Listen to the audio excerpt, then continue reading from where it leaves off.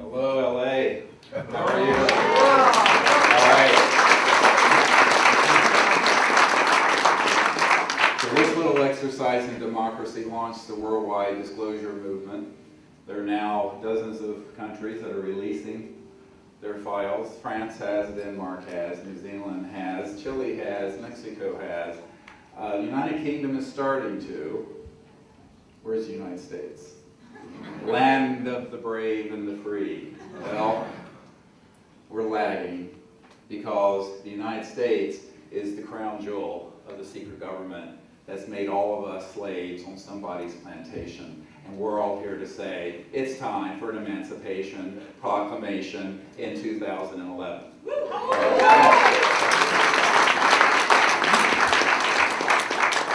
Now, some of my advisors don't want me to talk like this, but I'm going to tell you the truth. The truth is, as my friend astronaut Brian O'Leary has said, the truth will set you free, but first it will piss you off. And we're going to go through a lot of information today. And the first thing I want to go through is an update on the Disclosure Project.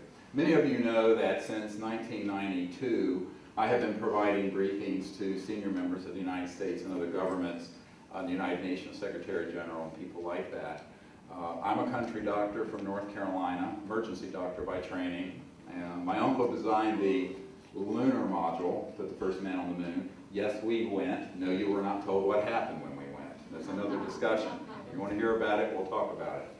Now, in the course of making contact with these extraterrestrial civilizations, which is what we're really going to go into today, is how all of you need to stand and say, I am an ambassador from Earth to these other civilizations. I am here to end the embargo and the secrecy by making direct contact, because you know what? You can do it. It's very easy. And this is what got the attention of the head of Army Intelligence in 1992 when we were out on a beach in Florida, like we're going to be in Orange County next week. Those of you who want to come join us Friday, Saturday, and Sunday, we're going to be at this private state park we have. And we're going to actually be going out and making contact. Now the problem is that they don't want you to know that you can do this. They want you to think that you really need Big Brother to be interlocutors and intermediaries between humanity and these civilizations. The reality is, and where I got into a lot of trouble, was by discovering the Rosetta Stone of contact. And it has to do with what this conference is about, consciousness. The non-local field of awareness whereby everyone in this room is awake. And it is a singularity, this mind, that we all share. And once you understand how to go into that samadhi state, remote view distant places, and make contact with linear coherent thought that is going through this omnipresent field of awareness, there's nothing the CIA can do. There's nothing Army Intelligence can do. And there's nothing the President can do or not do. Because guess what? The entire universe is folded within every single one of us in its totality. Let me repeat this. It's a wonderful saying from the Sufi tradition. Thinkest thyself a puny form, when within thee the universe is folded. The entire universe is folded within every single person. Why? How? Because by being awake, you can become aware of the non-local, omnipresent mind. And that is omnipresent. And that means everything and every time and every place that exists is accessible by every single one of you. Every star system, every civilization, the past, the now, the future. And that's really what this is about. It is the great awakening of our people from the slumber of what Orthodox religion and Orthodox science has taught us, all of which is wrong. So it's time for us to say, we're going to own our birthright. And our birthright is to be conscious, infinitely aware beings that can make contact with these civilizations, and all of us together doing that creates the morphogenic field that Sheldrake talks about that will move this entire planet onto the path it should have been on about 100 years ago. About 100 years ago. People say, isn't what you're doing very futuristic? I go, oh no. We're actually, I'm here. I was born in 1955. Hate to admit it, I'm that old. I was born in 1955, and I think that I came in because, guess what? we had developed hydrogen bombs, and we were on a path to destroy the whole world through mutual assured destruction.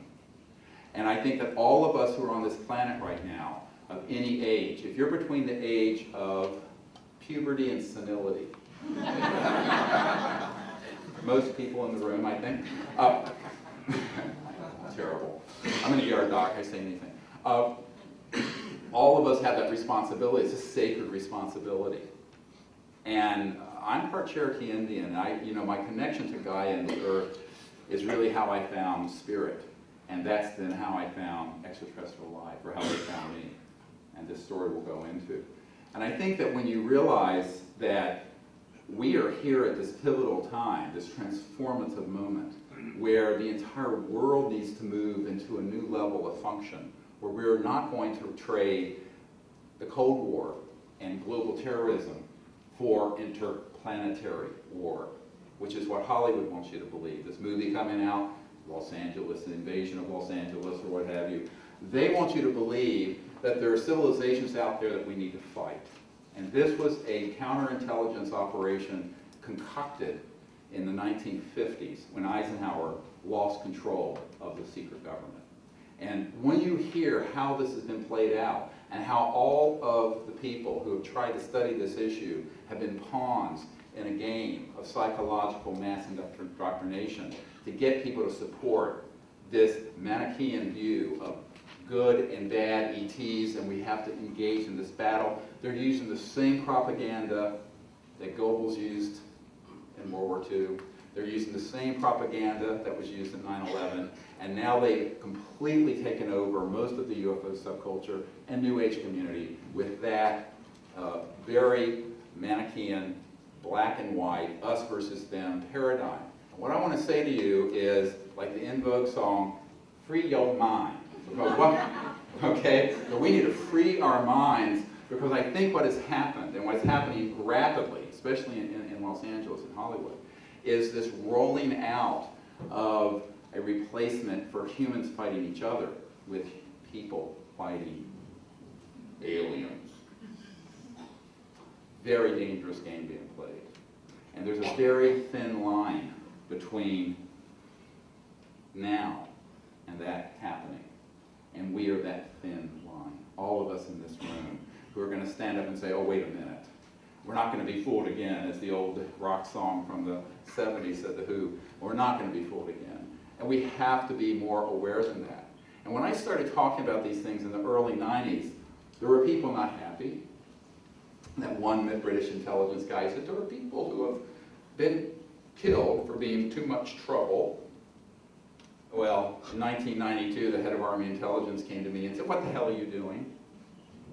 And I said, well, we're making contact with extraterrestrial civilizations free from the clusterfuck known as the United States government.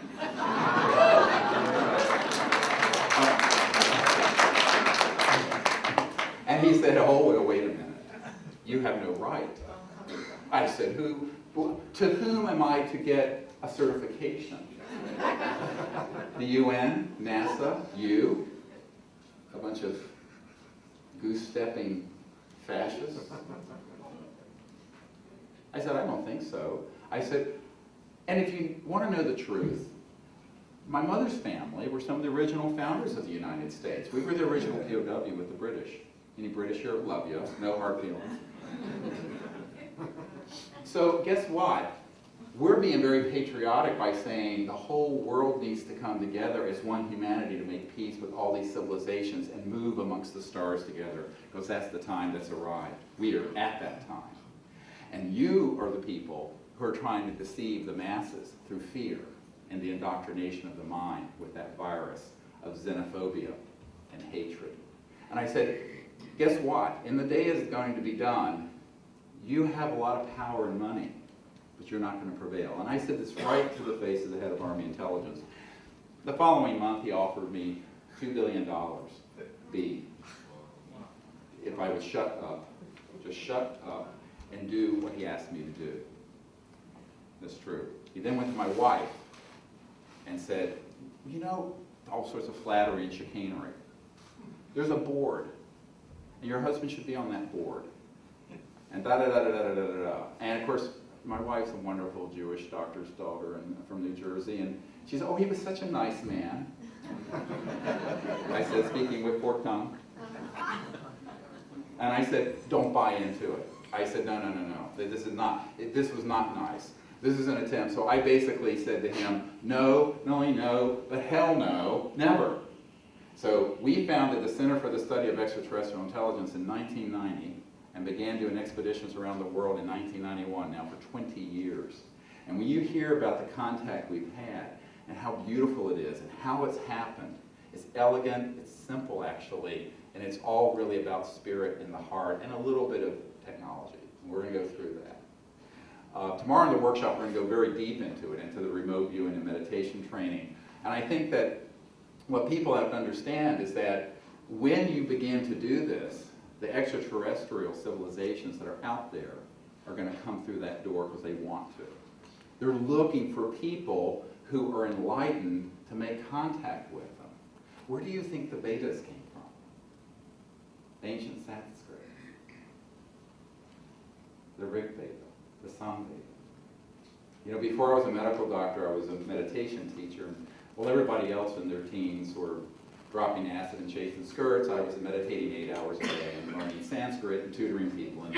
And so that's kind of my tradition. And what I have found is that these civilizations that are involved with the earth have been here for thousands, hundreds of thousands, and yes, millions of years. And the earth is very precious, and she is a living, conscious being. That is not a myth, and it's female. She is a female. These extraterrestrial civilizations are here for a number of reasons. Because primarily they know we're at this point of transformation.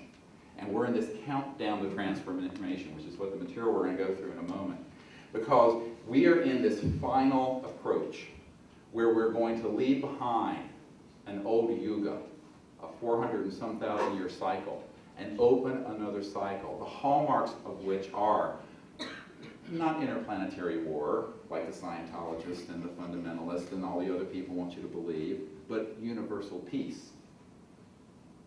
Not the division of the people of Earth against other life forms in space, but the unity of all intelligent life with the understanding we are all children of the same great being.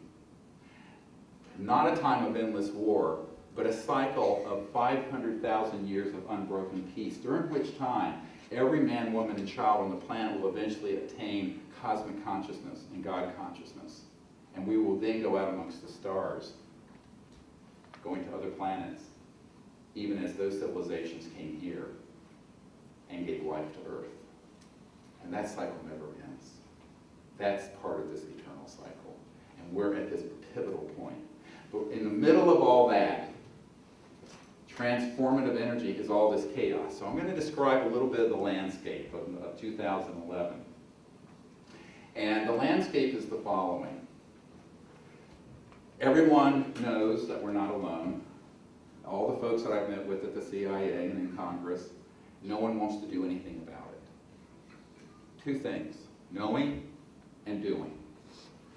When I first briefed President Clinton, CIA director, on this problem in 1993, I was young and full of hope, and I thought, it's a line from The Birdcage, one of my favorites.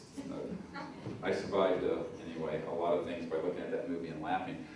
I survived because I thought, oh my God, here we have a CIA director and a president who really want to know and can do something.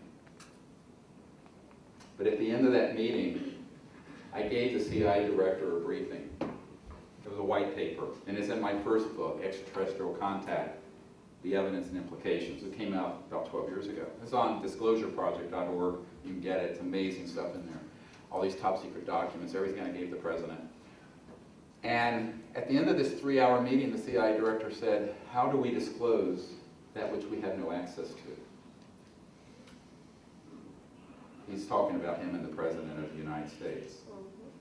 And I said, well, you get access. He says, well, we don't know how we're going to do that. Now, at that time, I had a lot of documents and information, but they were maybe a dozen of these top secret military guys. Now we have 550 of them.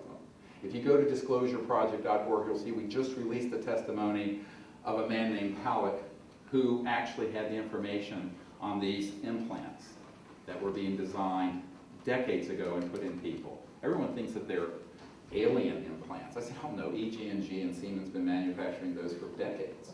I know the people who designed them. And they're RF frequencies that go to satellites in space. And they're two-way because they not only monitor, but they also control. We get into this if you want to hear it. It's not a pretty story. So everything you know about this subject that you've read in books and seen in movies is wrong. And I'm going to try to share the truth, but it's going to upset some of you. And I apologize in advance. So the CIA director at the time, Woolsey, who's now basically gotten his ticket punched by Majestic, this group called Majestic that runs all the secret programs, he really didn't know what to do, and he was virtually in tears, and the president didn't know what to do. So, you know, I put all this material together thinking at the time, well, the president will take this bull by the horns and disclose this information, and most importantly, begin a diplomatic process to make peaceful contact with these civilizations. And so Lawrence Rockefeller hosted a bunch of us out of his ranch, and I went. I mean, you can invite me anywhere, I'll go. I've been in underground bases and everything else. And I said, well, Lawrence was the nice guy in the Rockefeller family. It was his brother David that didn't want disclosure to happen because he's chasing Manhattan Bank.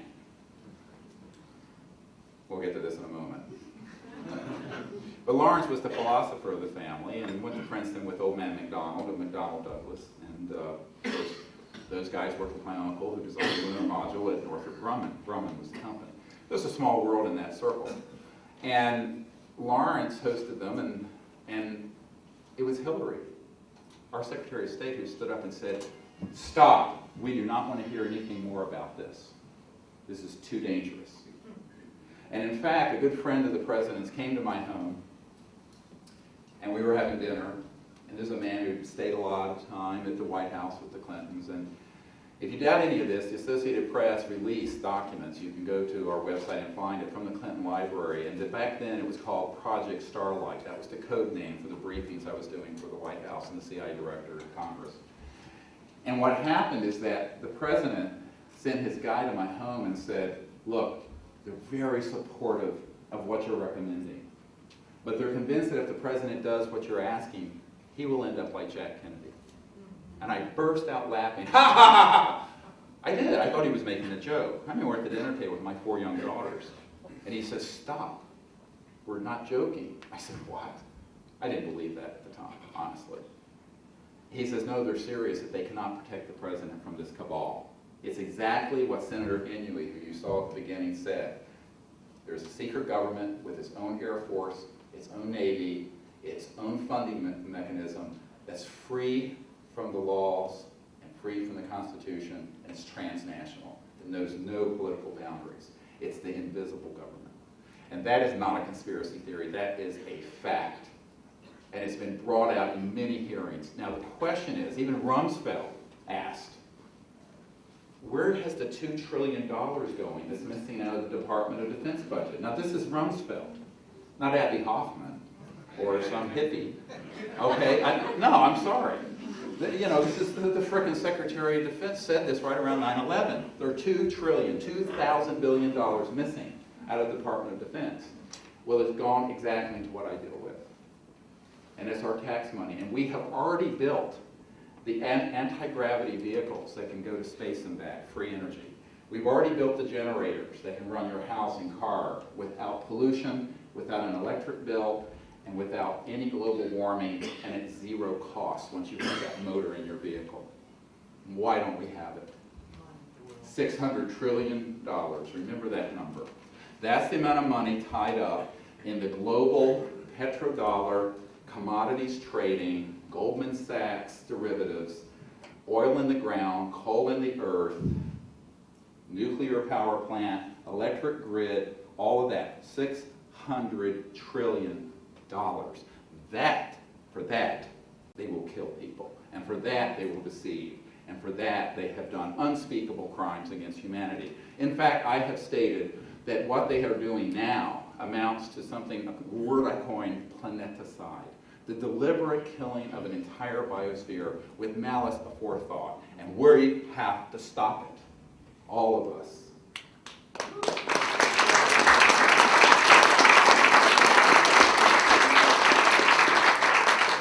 Now, I left my medical career as an emergency doctor, and instead of making $300,000 or $400,000 a year doing that, I get paid nothing pretty much doing this. I'm lucky if I have expenses paid. And the reason I did, first of all, I was able to, thank God, did well, and I'm a very practical guy. But I decided that Earth is now our patient. All of you who are healers in here, the Earth is our patient, and her 7 billion children. And I could spend the rest of my life taking care of heart attacks and car wrecks and stabbings and shootings and the gun and knife club, we used to call it. Or we can focus on this, and in one pivotal move, bring out peaceful contact, disclosure, and all of these sciences and technologies that are going to liberate the Earth from the shackles of the economic slavery that we're all living under. We are. And make no mistake about it. I mean, the people in Egypt, God bless them, have tried, to get rid of Mubarak. But what they don't understand is that that was just a less affluent plantation than the American plantation. But they're all plantations. And there are 200 or 300 families and corporations that control more than half of the net worth of the world. There are 4 people, the 4 richest people in the world, whose net worth exceeds the 57 poorest countries in the world. 57 countries, 4 people. There is the greatest asymmetry in the history of planet Earth. And what they want to do is keep everybody kind of fed and watered like a potted palm and hope they don't notice. But we're noticing and we're waking up. And there is this awakening all over the world. Many people don't know what they're awakening to. And that's why we need to provide another vision. It's the vision that must guide the world out of this crazy time into a new era. A time of unbroken universal peace and of abundance. Because guess what? When there is honest disclosure on not just, gee, I saw a UFO. Guess what? People ask me, when is disclosure going to happen? I have a really important announcement today. It's already done. We did it. I did it at the request of members of the Majestic and at the request of the President of the United States and at the request of the head of intelligence for the Joint Chiefs of Staff, who said, we can't do this, you can. And I said, what do you mean? And what they really meant was, you're expendable and we're not. I was told that. So I'm the throwaway, because I'm not important. And I would say that with all humility. I'm not important. So in other words, I was the person who could do it and risk being killed, but they were not going to risk the life of the president. You get it? All right, so the only currency that matters is moral courage. And let me share with you, how many folks were at the Obama's inauguration? Yeah, it was awesome. I was there, some kind of event happening here. I was there with false, interesting stuff. Okay, anyway, am I on? Am I hot? That mic is dying. Oh, is my mic? Yep. Oh. What was that? It was a full battery. Yeah, they can hear me. I think it's just that speaker. Maybe it's where I'm standing. Maybe a little bit of WSFM. Can you hear me? All right. There's a great term, WSFM. Sounds like a radio station.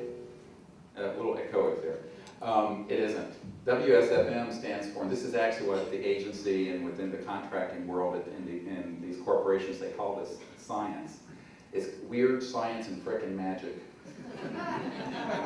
Weird science and frickin' magic. Always remember WSFM, I'm not kidding you. If you go into a skiff, where they take all your electronics and it's an eaves, you can't, get any electromagnetic signals in or out of the place, except under a controlled setting. That's called a skiff, a secure communication intelligence facility, SCIF, S-C-I-F. I know a lot of guys who work in skiffs now, and they spend their whole lives in skiffs. And that's what they work on, or WSFM. Energy from the vacuum, energy from the expansion of space-time, anti-gravity, the ability to materialize and dematerialize things. We've been doing this since the turn of the last century. Since 1908, we have had free energy. Since the 1920s, we have had anti-gravity, and we can prove it. T. Townsend Brown was doing experiments with very high voltage systems making things float. Go to the orionproject.org. You're going to have your mind blown away at the dispositive evidence that is on there in the history of all this free energy that we have. Anti-gravity vehicles made by humans, at least since the 50s. I know guys who have piloted them out of Dugway in Utah and out of Area 51, no one calls it that, Pahut Mesa. And guess what? We don't need to be flying United Airlines from LA to X to DC. You know, taking 5 hours. We could be there in about 5 or 10 minutes. Absolutely, faster than that, actually. But, if any of this were to be released, including the healing technologies that we have that are WSFM, weird science and frickin' magic, that can regenerate a spinal cord or a limb or get rid of cancer and AIDS, we have this stuff. Guess what? That area of science is the forbidden city. And I wrote a book, my autobiography is called Hidden Truth, Forbidden Knowledge. Any filmmakers here, make that into a movie instead of this stupid invasion of Los Angeles, and you really see something. And the point is that we do not need to have any of those things, but the courage that's needed to stand down a $600 trillion global behemoth that really runs the whole macroeconomy of the earth, this is difficult. This is really dramatic. You know, I thought when a child died in my arms was tough. This is really tough stuff. And serious, really serious stuff.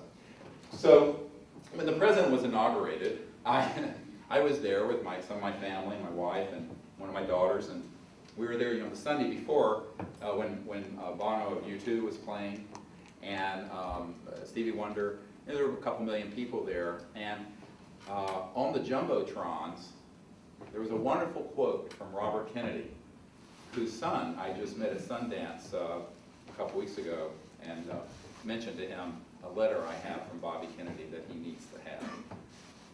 And you need to have it too. I have so much stuff.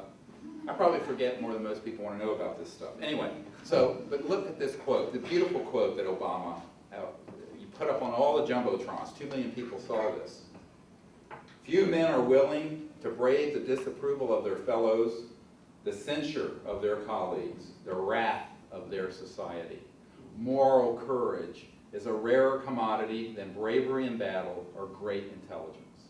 Yet it is the one essential, vital quality for those who seek to change a world which yields most painfully to change. Robert Kennedy, 1966.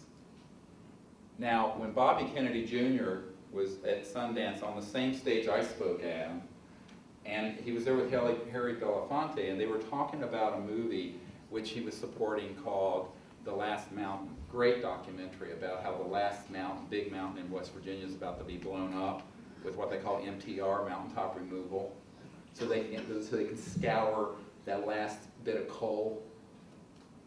50% of our electricity is coming from coal still, friends, like in the 1800s.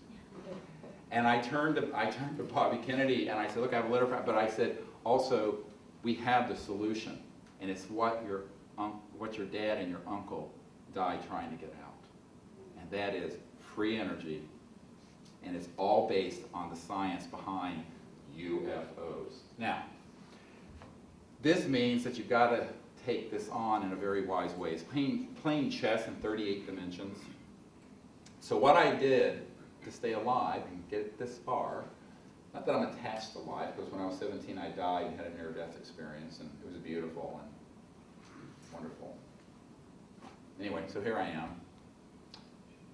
What I think that you have to remember is that we have to first have the masses and millions of people know the truth, and then take action to change the reality. When the people lead, the leaders belatedly will follow. Very rarely do leaders, political, wealthy, connected leaders, take the charge on something where they're going to have to take on the folks who are putting the butter on their bread. All right? So this is the problem in Washington and on capitals throughout the world and in large corporations and with very wealthy people I've met with, people who are billionaires, is that even the ones who want to see this happen will say, yes, but it's too dangerous and I don't think I can do it. Or there are people who are senators who have told me, I'm just a senator on the Senate Intelligence Committee. I said, just a senator? You're one of 100 people in the upper chamber of the most powerful government in the world, allegedly.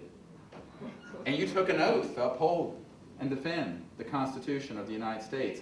And I'm giving you prima facie evidence that there is a rogue, illegal, out-of-control group that is keeping this secret and is destroying the earth by doing so. I said, what are you going to do about it? And invariably they will say, well, this is too big of a fish for me to reel in. In fact, the Honorable Paul Hellyer, the former Minister of Defense of Canada, I've been working with for a number of years, found out about disclosure, got very involved, and he went to a senator in Canada who was on the military committee for Canada. And the guy said, you know what, I've got a 5-pound line, and you're asking me to reel in a 2,000-pound whale. I can't do it. So what I have found is that everyone wants to know, nobody wants to act or do. And this is where we come in, the people.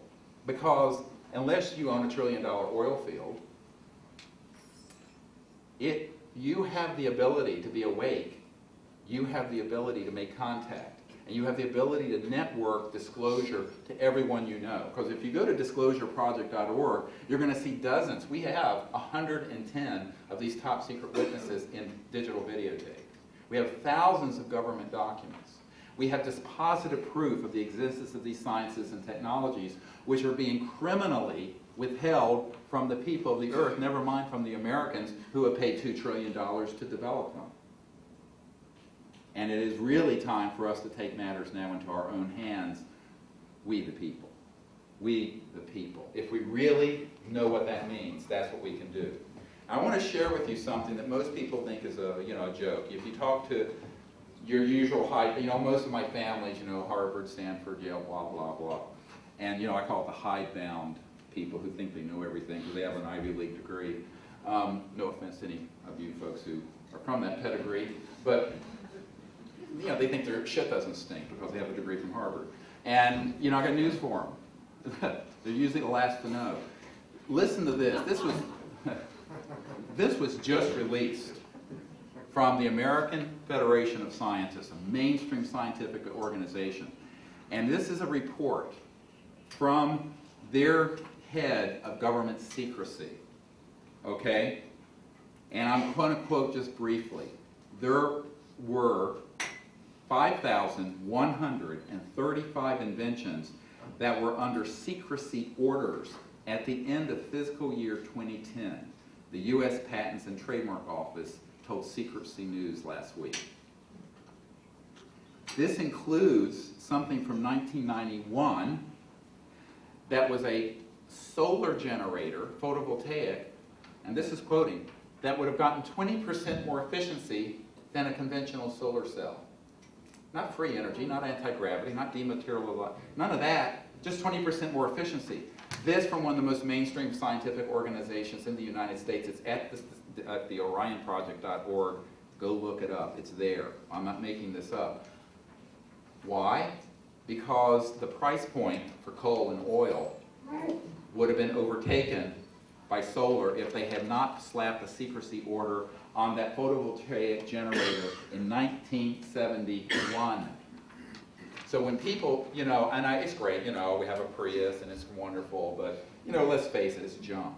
And, no offense to Toyota, but relatively speaking, it's junk. What we ought to have under the hood of that vehicle is an electromagnetic generator accessing the zero-point free energy field where you never have to plug it in, you never have to charge it, you never have a power bill, and it runs and it runs and it runs. Electric motors can last 100 years, no problem, if they're made properly. And they have more torque and horsepower than a gas one, by the way. Size for size, cubic centimeter for cubic centimeter. So basically, what we have to do is insist that this come out. a senior member of Congress who is, had been until the changing of the guard last month in Washington, chairman of one of the powerful committees in the Congress, and who's a supporter of our project. His very good friend, who for years was a Department of Energy official, called me, and this woman told me that she had been in a facility near Oak Ridge, Tennessee, Department of Energy, where there were dozens, if not hundreds, of these type of free energy generators and devices that had been developed and or confiscated from the public. This is not an urban myth. And so when you realize that we are all living in a world that is dying, being choked to death by people who want to control it and own it, and people say, is it really about the money? I go, no, not about the money. It's about the power. Because when you start talking about trillions and hundreds of trillions of dollars, you're talking about a macroeconomic system of who's calling the shots. And they do not want every village in Africa and India to have free energy. Okay? And where suddenly the 600 million people in Europe and America, compared to the 7 billion people on the earth, actually have to get along with and share power in the world. It's about macroeconomic power. It is, at its core, racist. It is xenophobic. It is destroying the planet. And it's really time that we say, enough. 100 years of this madness is enough.